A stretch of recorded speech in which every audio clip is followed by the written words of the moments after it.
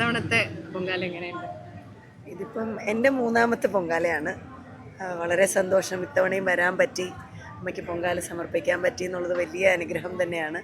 ഞങ്ങളൊരു ഗ്രൂപ്പായിട്ടാണ് വന്നത്. ഞാനുണ്ട്, അമ്മയുണ്ട്, ഞങ്ങളുടെ ഫ്ലാറ്റിലെ ചേച്ചിമാരും അമ്മമാരും ഒക്കെ ഉണ്ട്.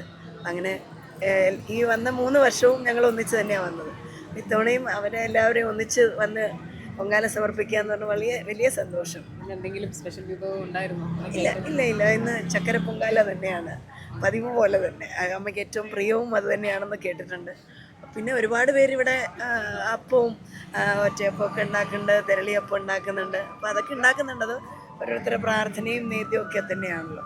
അപ്പോൾ അതൊക്കെ കഴിക്കാനുള്ള ഒരു ആവേശത്തിലിരിക്കുകയാണ്. തളിച്ചു കഴിഞ്ഞാൽ നമുക്ക് പ്രസാദം കഴിക്കാമല്ലോ. അപ്പോൾ അതിനുവേണ്ടി വെയിറ്റ് ചെയ്യുന്നു.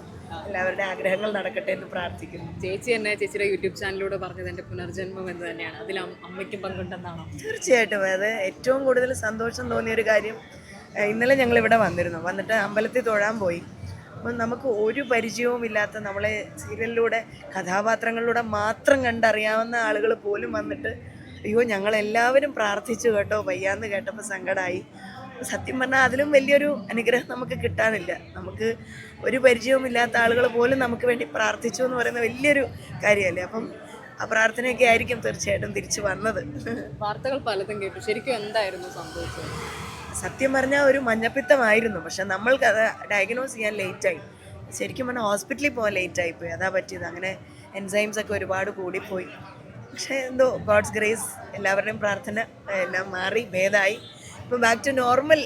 എനിക്ക് തോന്നുന്നു പഴയതിനേക്കാൾ ഉഷാറായിട്ട് പുറത്തേക്ക് വന്നു എന്ന് പറയാം.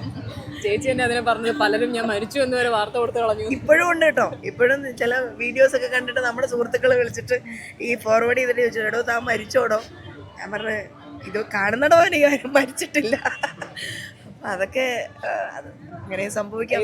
എനിക്കൊന്ന് ആശുപത്രിയിലെ ചില ഫോട്ടോകൾ വെച്ചിട്ടാന്ന് തോന്നുന്നല്ലേ എന്ത് സംഭവിച്ചു. അതെ അതെ അതെ. അപ്പം പിന്നെ അത് ആ സമയത്ത് നമുക്ക് അങ്ങനെ റിവീൽ ചെയ്യേണ്ടി വന്നതാണ്. കാരണം ആ സമയം വിദ്യാരംഭ സമയമായിരുന്നു. ഒരുപാട് പ്രോഗ്രാംസ് നമ്മൾ എടുത്തിട്ടുണ്ടായിരുന്നു. അപ്പോൾ അതൊക്കെ ക്യാൻസൽ ചെയ്യുമ്പോൾ ആൾക്കാർക്ക് അറിയില്ലല്ലോ എന്തുകൊണ്ടാണ് അത് ക്യാൻസൽ ചെയ്യുന്നത്. അപ്പം ഇങ്ങനെ സുഖമില്ല എന്ന് പറയുമ്പം മഞ്ഞപ്പിത്തമാണോ, അതൊക്കെ പെട്ടെന്ന് മാറി വരാവുന്നൊരു അസുഖമല്ലേ. പക്ഷേ ഇത്രയും വഷളായി എന്നുള്ളത് അറിയിക്കേണ്ടി വന്നത് നമ്മൾ തന്നെയാണ് നമ്മുടെ ചാനലിലൂടെ പറഞ്ഞിങ്ങനെ സുഖമില്ലാണ്ടായിരുന്നു എന്നുള്ളത്. പക്ഷെ പിന്നീട് വന്നത് ഞങ്ങൾ പോലും പ്രതീക്ഷിക്കാത്തൊരു ഔട്ട്കമായിരുന്നു. അതൊക്കെ ഒരു ഡാർക്ക് ഫേസ്, നമുക്ക് എല്ലാവർക്കും ഒരു അപ്സ് ആൻഡ് ഡൗൺസ് ഉണ്ടാവുമല്ലോ. അതെൻ്റെ ഒരു മോശ സമയമായിരുന്നു. പക്ഷെ അതിൽ നിന്നൊക്കെ നമുക്ക് തിരിച്ചു വന്നു കരകയറാൻ പറ്റുക എന്നുള്ളത് വലിയൊരു കാര്യമല്ലേ. നമ്മുടെ കൂടെ നിന്ന ഫാമിലി ആയാലും മീഡിയാസ്, ഇപ്പോൾ ചില ആൾക്കാർ ഒരുപാട് പേര് വിളിച്ച് ചോദിച്ചു കേട്ടോ, എങ്ങനെയുണ്ട്, ഭേദമായോ എന്നൊക്കെ ചോദിച്ചു.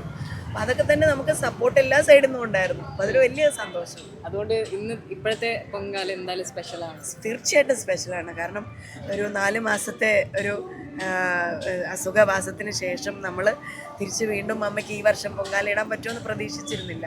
കാരണം എങ്ങനെയായിരിക്കും, നമുക്ക് ഒരുപാട് ഫുഡ് റെസ്ട്രിക്ഷൻസും എല്ലാം ഉണ്ടായിരുന്നു. ആക്ടിവിറ്റി അധികം വെയിൽ കൊള്ളരുത്, ചൂട് സമയത്ത് പോയത് വേർക്കരുത്, അങ്ങനെയൊക്കെ ഉണ്ടായിരുന്നു. പക്ഷെ അതൊക്കെ നമ്മൾ ആ ഫേസ് എല്ലാം, ഡാർക്ക് ഫേസ് എല്ലാം കഴിഞ്ഞു വന്നു. അപ്പം ഞാൻ പറഞ്ഞു, പറ്റുവാണെങ്കിൽ അമ്മ അനുഗ്രഹിക്കുകയാണെങ്കിൽ തീർച്ചയായിട്ടും വരണം എന്ന് ഉണ്ടായിരുന്നു. വന്നു, അമ്മയെ കണ്ടു, തൊഴുതു.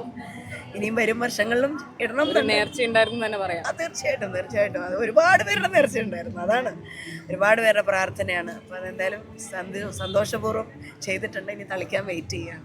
Thank you.